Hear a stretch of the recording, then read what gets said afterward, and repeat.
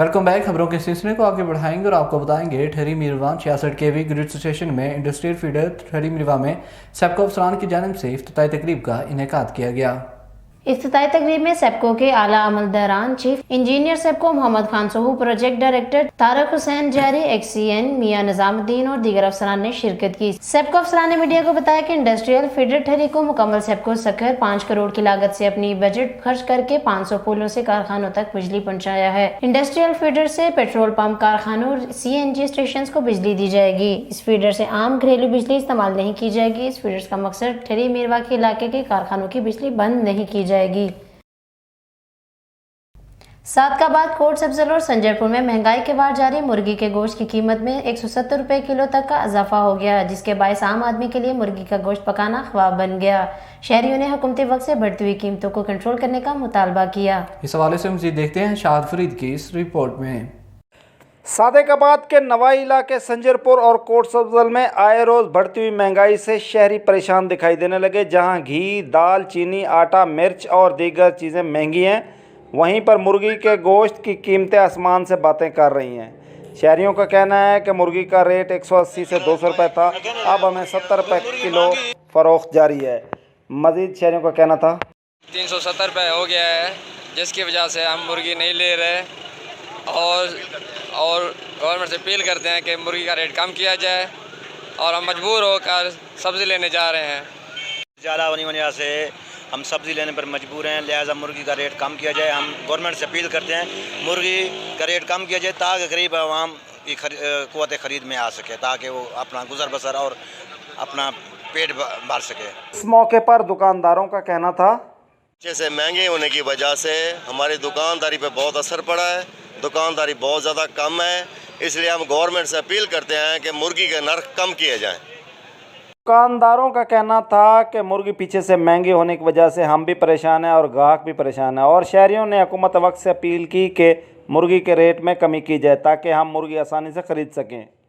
जी खबर शामिल करते हैं हैदराबाद से, जहां मुल्क भर की तरह हैदराबाद के मुख्तलिफ इलाकों में हाई कोर्ट के अहकाम पर इंकरेजमेंट ऑपरेशन जारी।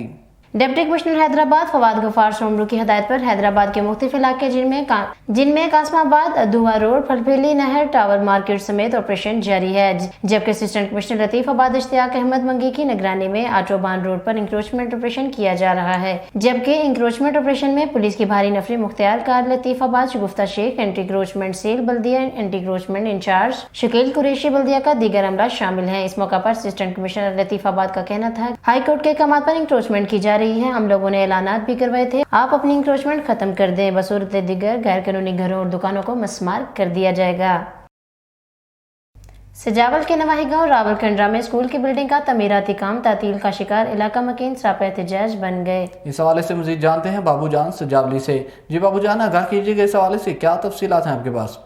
जी हाँ, बिल्कुल। साइंस सरकार की किस किस नेमत का इनकार करें, साइंस सरकार ने सिंध को गुलो गुलजार बना दिया। और मैं ये भी बताता चलूँ कि सजावल के नवाई गांव रावलकंड्रा में इस वक्त मौजूद हैं। यहाँ पर बिल्डिंग की तामीराती काम जो तातील का शिकार हैं, और खुफिया ज़राए से मालूम हुआ है कि जो उस बिल्डिंग की इमारत का ठेका लेने वाले ठेकेदार हैं, इन्होंने सारी बजट हड़प कर दी है। और यहाँ पर जो है ना, लोग जो गाँव के मकीन हैं, उनके मासूम बच्चों की ज़िंदगियाँ दांव पे लगी हुई हैं।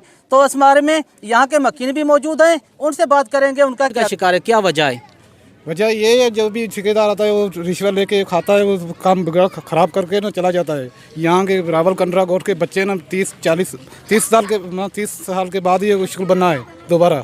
अभी देखो ना, ये बच्चे खड़े हुए हैं, देखो उनकी हालत, कुत्तों के साथ गधों के साथ खेलते रहते। हमारा अब्दुल्ला कंड्रा स्कूल जो है वो ठेकेदार की ना गलत काम के वजह से जो बंद हो गया है।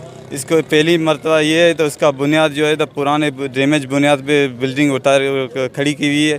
दूसरा तो बिल्डिंग जो पहले जो माप थी उसमें बहुत कम माप लगाई। जी हाँ, बिल्कुल। तो यहाँ के मकीनों ने यही कहा कि हुकूमत के सिंध के दावे धरे के धरे रह जाते हैं। और यहाँ पर आपने जैसे देखा, इलाका मकीनों की बातें सुनी कि यहाँ की जो बिल्डिंग है बिल्कुल नई तरह से तामीर हो रही थी, लेकिन ये कुछ ज़राए से मालूम हुआ है कि जो मुलव्वस ठेकेदार हैं और जो यहाँ के अफसरान हैं, किसी मिली भगत के तहत ये सारी बजट निकालने की कोशिश कर रहे हैं। और उन गाँव वालों का ये भी कहना है कि हमारे स्कूली काम बहाल कराया जाए और हमारे बच्चों की ज़िंदगी को इल्म के जेवर से मुनव्वर किया जाए। बाबूजान सजावली, RNN न्यूज़, सजावल। बहुत शुक्रिया बाबूजान सजावली हमें तफसीलात से अपडेट करने का। कोटदू आटे बहरान के पेश नज़र इकबाल पार्क में लगाए जाने वाले स्टॉल पर सैकड़ों अफराद की लाइनें लग गई। दिहाड़ीदार मजदूर जलील ख्वार सारा दिन एक थैले के हसूल के लिए लड़ाई झगड़े मामूल बन गए। एक थैला दिन सारा 600 रुपये दिहाड़ी कमाने वाला मजदूर 420 रुपये के थैले की खातिर अपनी मजदूरी छोड़कर लंबी लंबी लाइनों में धक्के खाने पर मजबूर है। बाज दफा तो आटा तकसीम करने वाले अहलकारों से तू तकरार और हाथापाई तक बर्दाश्त करना पड़ती है। हुकूमत ने रिलीफ के साथ गरीब की इज्जत नफ्स भी मजरूह कर दी है। आवाम का मुतालबा है कि आटे का कोटा सिस्टम बढ़ाया जाए ताकि हम सारा दिन लाइन में खड़े होकर अपनी दिहाड़ी छोड़कर मजीद परेशानी से बच सकें और हमें आटा वक्त पर मिल सके। मिटियारी के करीब कच्चे के इलाके गांव रसूल बख्श खोसू के 2 अफराद डूब गए। अहले इलाका की अपनी मदद लाशों को ढूंढने की कोशिश जारी। एक लाश बरामद, दूसरी की तलाश जारी। मुटियारी के करीब कच्चे के इलाके गांव रसूल बख्श खोसू के रहायशी 20 साल जमील 12 साल अकरम दरिया में नहाते डूब गए, जिसकी इत्तला पर रिश्तेदारों और अहले इलाका बड़ी तादाद में दरिया के किनारे पहुंचकर लाश की तलाश की। जिसकी इत्तला पर रिश्तेदारों और अहले इलाका की बड़ी तादाद दरिया के किनारे पहुंचकर लाश की तलाश करने लगे। मुकामी गोताखोरों की बड़ी कोशिश के बाद 12 साल अकरम की लाश मिल गई, जबकि दूसरी की तलाश जारी। इत्तला के बावजूद मुकामी इंतजामिया जाए वकुआ पर नहीं पहुँच सकी। खबर शामिल करते हैं तहसील अलीपुर से, जहां पर सूफी बुजुर्ग हाजी अनवर खान मरहूम के साले सवाब के लिए कुरान खानी की गई।